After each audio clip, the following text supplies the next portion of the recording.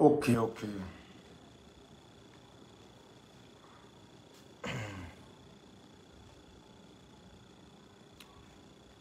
Salam alaikum, en balma malien.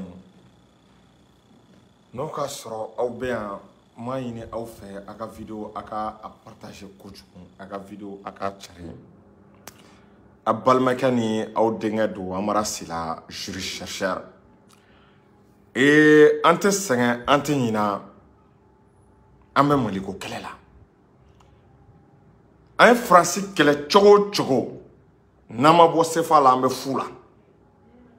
wa b'a kalama ko CFA bɛ k'a ka valeur de perdre Faransi bɛ ka wari o wari garanti u b'u k'u ka valeur perdre an bɛna ka na don o sujet la donc Mali fana ka teliya an bɛ wagati min na Mali k'i teliya ka bɔ CFA la yani sanction Russie bɛ ka sanction min da tubabuw kan yana crise a ka an toucher an ka bi a kɔnɔna la ka sɔrɔ an m'a min an m'a bɔ ka sababu kɛ CFA ye donc an bɛna nin sujet fila de développer donc a y'a partager comme ɲɛ bɛ u bɛ ka signaler u bɛ ka vidéo signaler est-ce que vous voyez donc a y'a partager an bɛna ka na ninnu de développer sisan.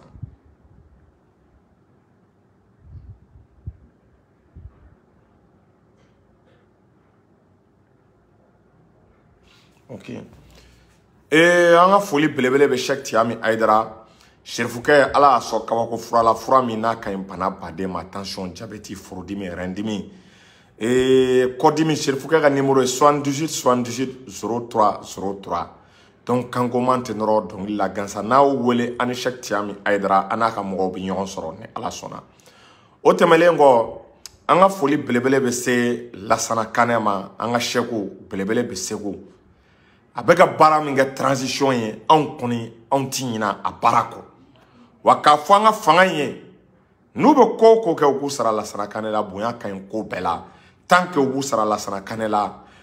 ne dalen b'a la Mali ti bin tant que u b'u sara Buye la u b'u sara Aidara la Sufi Bilal Mali karamɔgɔw ni a dɔnnibaga caman bɛ yen walahi n dalen b'a la Mali ti bin donc an ka autorité o yɔrɔnin an b'o ɲini u fɛ o tɛmɛlen kɔ Segu karamɔgɔ n'a dɔnnibagaw bɛɛ folen don Mali karamɔgɔ n'a dɔnnibaga minnu bɛ ka baara kɛ ji jukɔrɔ ani kɛnɛ kan u bɛɛ folen don ka Lasana Kanɛ ka mɔgɔdamu fo Cheikhu Abubakar ani a ka Cheikhu Sikaso o tɛmɛlen kɔ an ka foli belebele bɛ se le politologue ma Segu Tunkara ka Damangile fo Bu Mabel Jo Bala ninnu Dani Bala Yira ninnu a n'a ɲɔgɔnna Jason ninnu Aja Drame a n'a ɲɔgɔnna caman u bɛɛ ka foli bɛ yan nin yɔrɔ la ni ɲinana min tɔgɔ kɔ u ka hakɛ to jama ka ca donc an bɛna don ka nin sujet fila de développer donc n mago bɛ a ka partage la parce que je vois que la page elle est signalée n bɛna sisan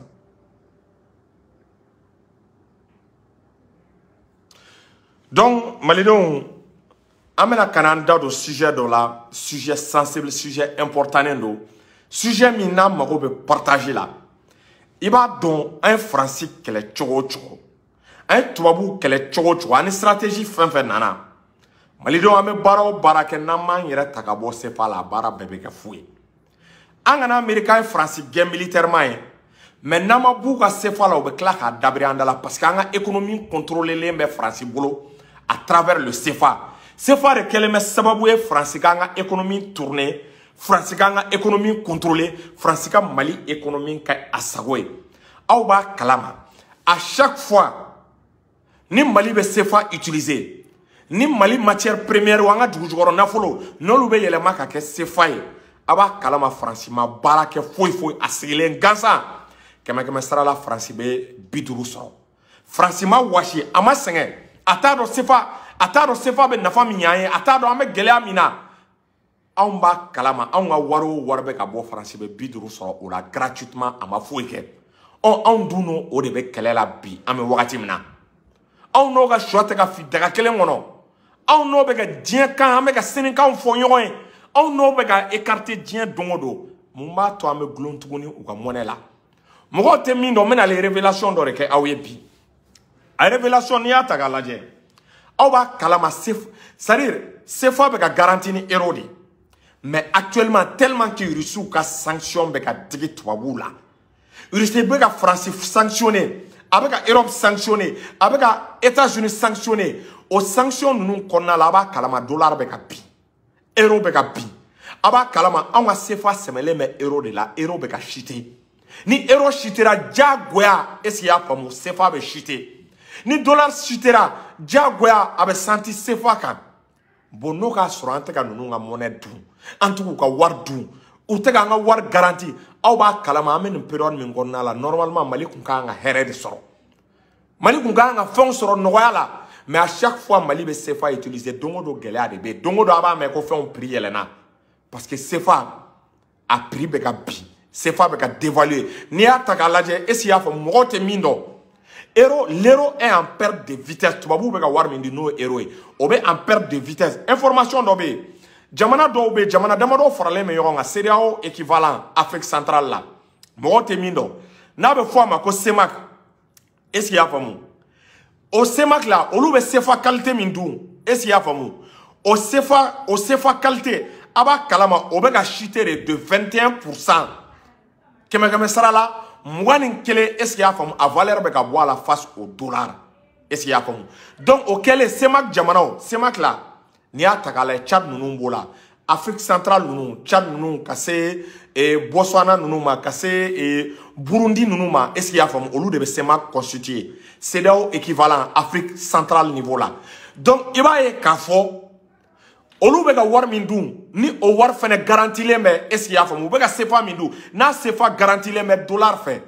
le fait que dollar bɛ ka chuter dɛ olu fɛnɛ ka CFA fɛnɛ o fɛnɛ valeur camanba de bɛ ka bɔ olu ka CFA valeur la kɛmɛ kɛmɛ sara la est-ce qu'il y'a faamu kɛmɛ kɛmɛ sara la n'i y'a ta k'a lajɛ information min filɛ nin an bolo u ka CFA bɛ ka chuter de 21%. Kɛmɛ kɛmɛ sara la 21 est-ce qu'il y'a faamu o bɛ ka bɔ a valeur la 21 o bɛ ka bɔ a valeur la. Oui, c'est ma qui. Tchad nous me regroupement mina. Est-ce qu'il y a famu? Tchad ou cassé et à trois boutons flémono. Congo nous ma. Est-ce qu'il y a famu? Cassé et Mozambique, Burundi nous. Olu organisation mi ngono nous fene jele me war kelenare o war de be ka chute ame wakati mna ka sababu ke olu fene ka war garantie le me tubabu fe olu ka war garantie le me dollar be ka chute olu fene ka war nafa be ka chute u ka war songo be ka chute uma mi uma bo uni risite kelela uni Amérique te kelela mais u ka war be ka garantie le min ke nunu fere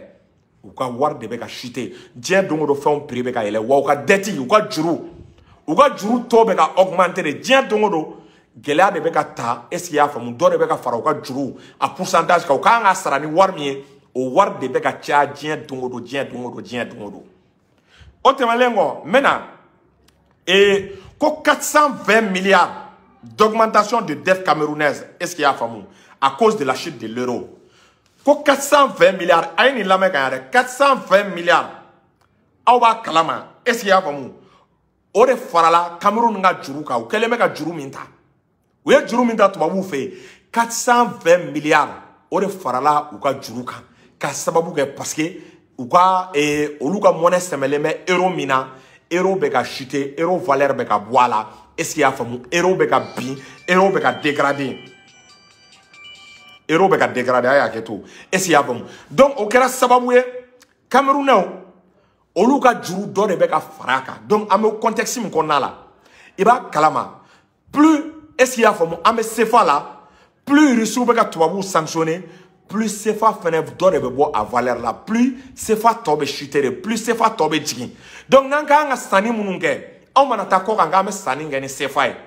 a b'a kalama k'an bɛ perdre de ni n'i ka wari taara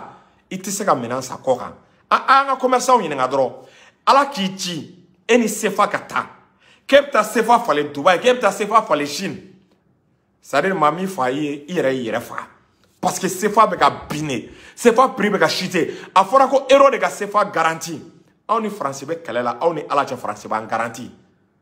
aw y'a mɛn ko France ye dɛmɛ jumɛn a ye aide financière jumɛn bila ka na Mali ma pour que CFA kana se ka bin pour que CFA maintenilen ka to aw ɲɛ t'a la aw ka prix bɛ ka gɛlɛya wa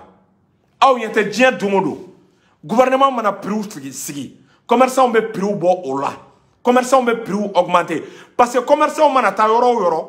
n'u taara k'u bɛ taa sanni kɛ n'u ka wari ye u bɛ taa sɔrɔ u kan ka minɛn min san u bɛ taa sɔrɔ dɔ faral'o kan u mana taa n'an ka wari ye k'u bɛ taa sanni kɛ Dubaï Chine u bɛ taa sɔrɔ tellement que n'u y'an ka wari falen u mana falen k'a kɛ dollar ye k'a falen k'a kɛ euro ye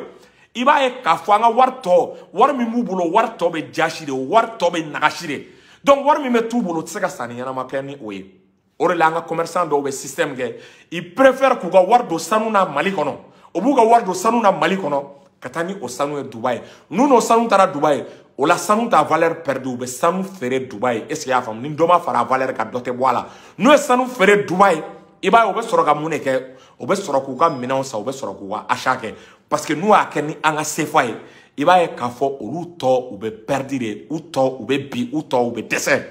donc à long terme an bɛ min fɔ gouvernement ye Mali sera niveau dɔ ma il faut que Mali k'i teliya an ka bɔ est-ce que i y'a faamu CFA kɔnɔna la n'an ma bɔ CFA kɔnɔna la Russie ni Ukraine ka kɛlɛ a kɔlɔlɔ anw bɛna o sɔrɔ indirectement est-ce que i y'a faamu anw gulonnen bɛ CFA la n'anw taara k'anw bɛ sanni kɛ ni CFA ye alors que monnaie min kan ka CFA garanti n'o ye euro ye diɲɛ don o don monnaie bɛ ka sanctionner o monnaie bɛ ka bin n bɛna kabako de fɔ aw ye Russiw ye diɲɛ bɛɛ obligé k'u ka sanni kɛ ni olu ka wari ye n'o ye ruble ye n'u mago bɛ gazi la u mago bɛ blé la u mago bɛ céréales minnu na u mago bɛ Russie ka fɛn o fɛn na Russie ko ka sanni kɛ n'olu ka wari de ye donc sisan nafa tɛna kɛ euro la nafa tɛna kɛ dollar la olu dun de b'anw ka wari garanti donc bi France b'a yɛrɛ ɲini de États-Unis b'i yɛrɛ ɲini financièrement Europe bɛɛ bɛ k'i yɛrɛ ɲini financièrement anw bɛ ka an yɛrɛ nunjuru t'u bolo k'u k'an ka wari garanti u bɛ ka balo bi u bɛ ka kɛ puissance ye bi parce que anw bɛ ka u bɛ ka CFA créer min kɛ ka di anw ma dɛ anw bɛ k'an ka wari bila u ka trésor la k'u ka wari garanti u bɛ ka kɛ sababu ye France bɛ ka se k'i maintenir ni anw y'an ka sanu bɔ bi France trésor la Africains k'u ka sanu bɔ bi France trésor la a b'a kalama France tɛ se k'a ka mɔgɔw sara a tɛ se k'a ka jamanadenw sara a ka sécurité sociale i b'a ye k'a fɔ ka adamadenw furakɛ fu i b'a ye o bɛ France bɛ dɛsɛ nin bɛɛ de la n bɛ ka min fɔ aw ye donc o de senfɛ ne bɛ min fɔ an ka autorités ye an kana an sigi ka nin ko lajɛ an kana an sigi ko dɔ k'an ta an tɛgɛ ma diɲɛ don o don mɔgɔw bɛ k'u plɛn ko fɛnw prix bɛ ka yɛlɛ mais a prix bɛ yɛlɛ diyagoya la kɛ ni prix ma yɛlɛ mun bɛna yɛlɛ tubabuw fɛ prix bɛ ka yɛlɛ olu minnu ka monnaie kan ka monnaie garanti aw ni ala cɛ prix bɛ ka yɛlɛ olu fɛ tulu sɔrɔli ka gɛlɛn macaroni sɔrɔli ka gɛlɛn est-ce que i y'a faamu fɛn baden b'o sɔrɔli ka gɛlɛn aw ni ala cɛ o gɛlɛyara tubabuw fɛ o bɛna nɔgɔya anw fɛ wa fɛn min gɛlɛyara tubabuw fɛ est-ce que o bɛna nɔgɔya anw fɛ mɔgɔ min kan k'anw garanti o bɛ k'i yɛrɛ ɲini o bɛ ɲini ka wulu ko sara la ko ka anw garanti ko fantanya kana anw minɛ a y'a lajɛ sa yɛlɛko don sogo don wa est-ce que vous voyez yɛlɛko don sogo don CFA tɛ se k'an garanti o de la an sera niveau dɔ ma Assimi ninnu k'u ka responsabilité ta i b'a dɔn Mali bɛ ka kɛ bi puissance militaire ye mais n'an ma kɛ puissance économique ye n'an ma solution ɲini économie na ala k'an kisi ni kɔngɔ wulila maliyɛnw na ni maliyɛnw tɛ ka se ka dunkafa sɔrɔ u tɛ ka balo sɔrɔ u tɛ ka fɛnw sɔrɔ nɔgɔya la don dɔ maliyɛnw bɛ tila ka wuli fanga in kama dɛ n bɛ segin a kan a ye n ka nin vidéo noté don caman bɛ mɛn k'a fɔ n k'an bɛ ka kɛ puissance militaire ye an k'an hakili to économie na n'an ɲinana économie kɔ don dɔ an bɛna dɛsɛ est-ce que i y'a faamu armement entretien kɔrɔ don dɔ an bɛna dɛsɛ est-ce que i y'a faamu an ka cɛw sarali la an bɛna dɛsɛ minɛn kuraw sanni na an ka hakili to économie na bon bi pour que Mali économie k'a yɛrɛ sɔrɔ an kana ɲɔgɔn nɛgɛ il faut qu'an ka changement radical an ka virage à 100 degrés de kɛ an ka changement radical kɛ domaine dɔw la o changement radical n'i y'a ta k'a lajɛ d'abord a bɛ daminɛ CFA la an bɛ ka segin a kuma kan Assimi économistes bila ni y'u bila sisan Mali mana bɔ CFA la a perti bɛ kɛ joli le an ma an bɛ joli le perdi n'a y'a dɔn an bɛ montant min perdi o montant an bɛ taa o juru ta Chine ou bien Russie fɛ est-ce que i y'a faamu an ka monnaie mana créer le temps que san kelen an k'an yɛrɛ sɔrɔ o ye fɔlɔ ye filanan ye mun de ye sanu bɛ ka bɔ Mali la Mali sanu fanba halisa Mali ta tɛ Mali bɛ 65 tonnes d'or dɔw b'a fɔ 75 tonnes d'or Mali b'o de produit mais o fanba t'an ta yɛrɛ a fanba bɛ bɔ de Assimi fɛɛrɛ kɛ est-ce que i y'a faamu i ka code minier yɛlɛma code minier min ni Mali bɛ 10% sɔrɔ sanu na dugujukɔrɔ nafolo la a code minier yɛlɛma Mali ka 61% sɔrɔ pour que n'an ka wari créer wari ka se ka est-ce que i y'a faamu an ka sanu ka se k'an ka wari garantir rapidement an bɛ wagati min na n'an ma nin virage kɛ angana américain tubabu kele kay armement san wallahi nama yerata économiquement antise tubabu la mais segi mafo nama yerata économiquement antise tubabu la armée va monter en puissance dongo do amandisi gushinoe nanga économie ma monter en puissance ame klaka segi tubabu kele nunu ma saraka yerata la en même temps malika kari ame wati mna anga jet tubabu ga juru ko mbora ka exemple di awma esi ya famu ko Cameroun oluka juru do fara luka juru to de ka par exemple ni tara juru ta sa tellement que un pays africain fanta bana iba do be juru daw ma 7% ou bien 8% mais on va dire Amérique ni France nous ma 3% ko parce que ko luka économie kai bon ala est-ce que on fara fu ni juru ka kan est-ce que on ka nga juru ta est-ce que Mali mogo be juru la me wakati mna na me juru ta à chaque fois ama nyere siri ka di tubabu ma o de ta banene ko juru sisa